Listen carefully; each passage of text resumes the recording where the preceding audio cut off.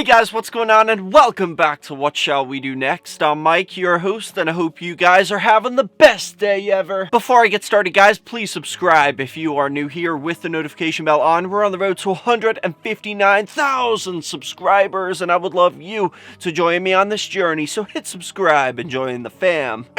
Who had a little bit of a voice crack there. But what's going on, you guys, and welcome back, and today we're going to be taking a look at a really scary, disturbing story, which is actually based on a true story that took place in Ireland. Oh, by the way, guys, check this out. I'm wearing my tattoo shirt because I've been like a little depressed lately, so I've been listening to a lot of tattoo and it's just making me feel better, so I decided to throw on my tattoo shirt and I love it so much. But we're not here to talk about my shirt, even though it's super awesome and I know you guys are jealous, but we're here to talk about this story, which is called I Want to Be a Vampire. So buckle your seatbelts, guys, and get ready for the ride. But enough of the jibber jabber, let's jump right over to the story.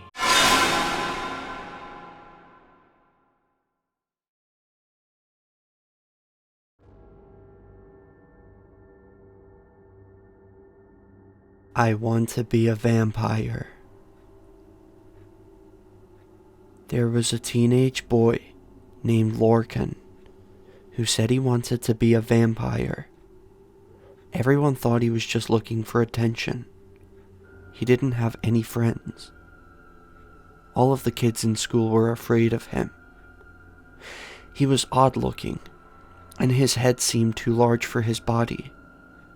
He was unnaturally skinny, and his eyes were sunken and had dark circles around them. His cheeks were hollow, and his skin was a deathly shade of pale. He dressed in black from head to toe. He wore a long trench coat that resembled a cape. When the other kids were playing sports, Lorcan would be sitting in the corner of the schoolyard, engrossed in one of his books. He collected books about vampires, devil worship, and satanic rituals. He read each one over and over, feverishly underlining passages and taking notes. There were always strange rumors about him floating around the neighborhood.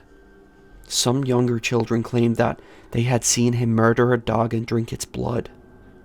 Others said that he would kidnap cats in the neighborhood and bring them home so that he could perform weird experiments on them.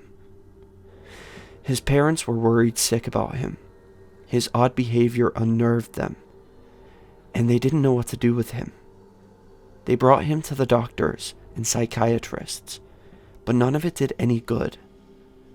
One night, his mother found some of his books.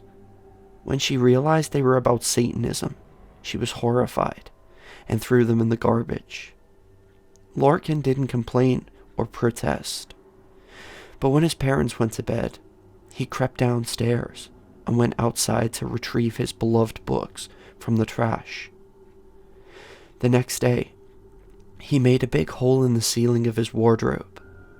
It was his secret passage, and it allowed him to crawl up into the attic unnoticed.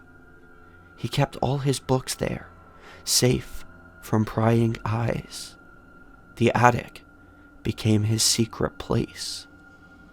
He even constructed a makeshift altar and decorated it with satanic symbols, upside-down crosses, and crude drawings of the devil. One night, he broke into the local church and stole a silver chalice and some communion waters. He brought them home and placed them on his altar. During the day, Lorcan was sleepy and lethargic, but at night, he would come alive. While his mother and father were asleep, he would creep around the house barefoot, trying not to make the slightest sound.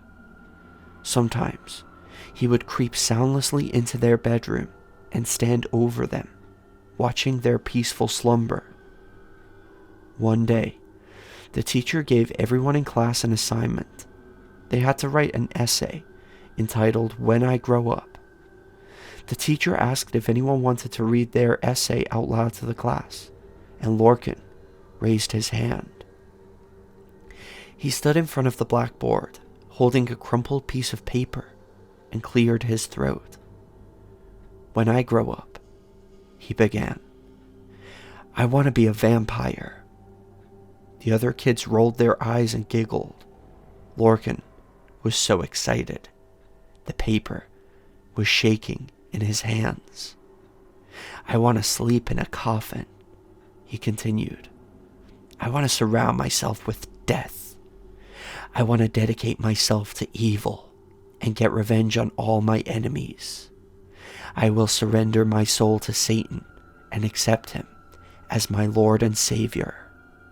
"That's enough, Lorcan," the teacher interrupted. Lorcan ignored her, and his voice grew louder. None of his classmates were giggling now.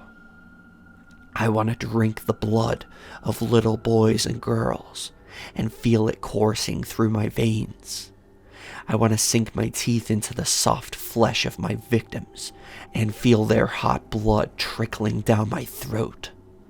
"Stop it, Lorcan," the teacher cried. "Sit down." "I want to rip them open, pull out their insides and feast on their entrails. I want to destroy every living thing. I want to burn the world. I want to kill everyone who made fun of me."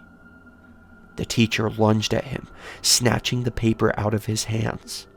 Lorcan clawed at her and screamed like a mad thing.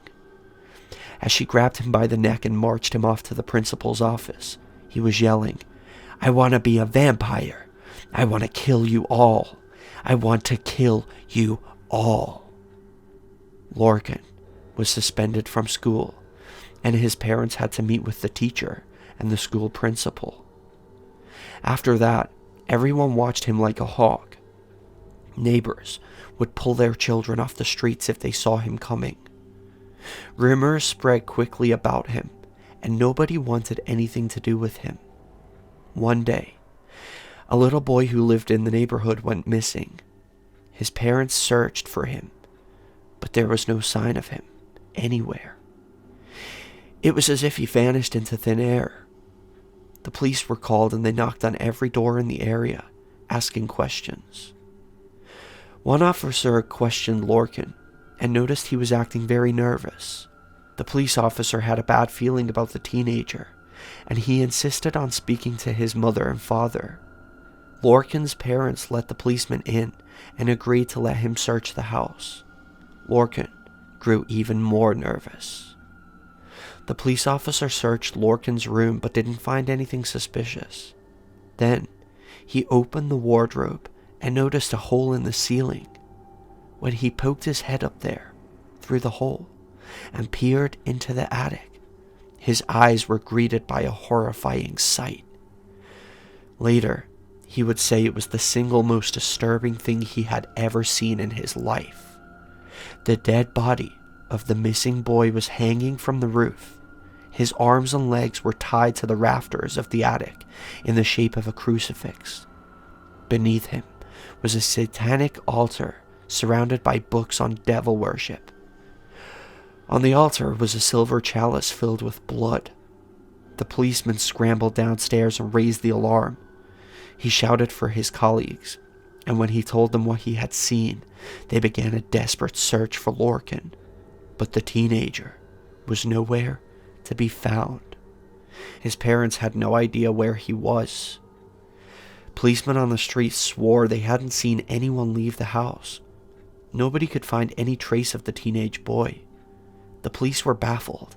They were sure that there was no way the boy could have escaped without being noticed. It was a complete mystery. Later on, one of the officers did a recall witnessing something strange. He said that just after all the commotion had started, he thought he saw something fly out of one of the upstairs windows. It flapped its wings and disappeared into the night. He thought his eyes were playing tricks on him, but he could have sworn it was a large black bat. Note: this story was actually inspired by a real-life murder that happened in Ireland in 1973. A young boy named John Horgen went missing. When the police investigated, they began to suspect the teenage boy who lived next door. They searched his house, and in his attic, they discovered the dead body of the young boy. He had been tied to the rafters of the attic in a crucifixion pose. Underneath him, there was an altar, a silver chalice, and some satanic books. Of course, in real life, the teenage boy didn't turn into a vampire bat and escape. He was arrested and sent to jail for his terrible crime.